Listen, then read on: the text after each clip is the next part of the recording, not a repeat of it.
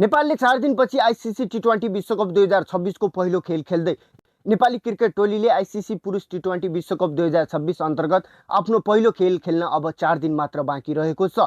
नेपालले विश्वकपको पहिलो खेल इङ्ल्यान्ड विरुद्ध खेल्दै प्रतियोगिताको यात्रा सुरु गर्नेछ। यो खेल फेब्रुअरी 8 मा भारतको मुम्बई स्थित वानखेडे स्टेडियममा खेलिनेछ।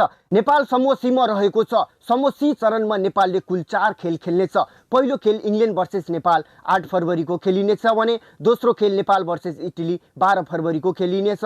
तेस्रो खेल वेस्ट इन्डिज भर्सेस नेपाल 15 फरवरी को खेलिनेछ। चौथो खेल स्कोटल्यान्ड भर्सेस नेपाल फेब्रुअरी 17 को खेलिनेछ। नेपालले आफ्नो सबै खेलगडी वानखेडे रङ्गशाला मुम्बईमा नै खेल्नेछ।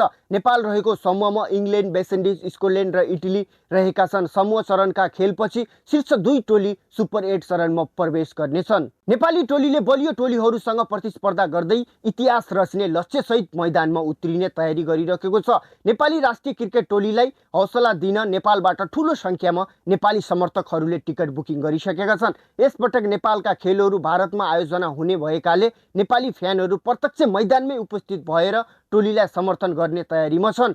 विशेष गरी पहिलो खेल इङ्ल्यान्ड विरुद्ध नजिकै जाँदा नेपाली क्रिकेट प्रेमीको उत्साह उच्च देखिएको छ।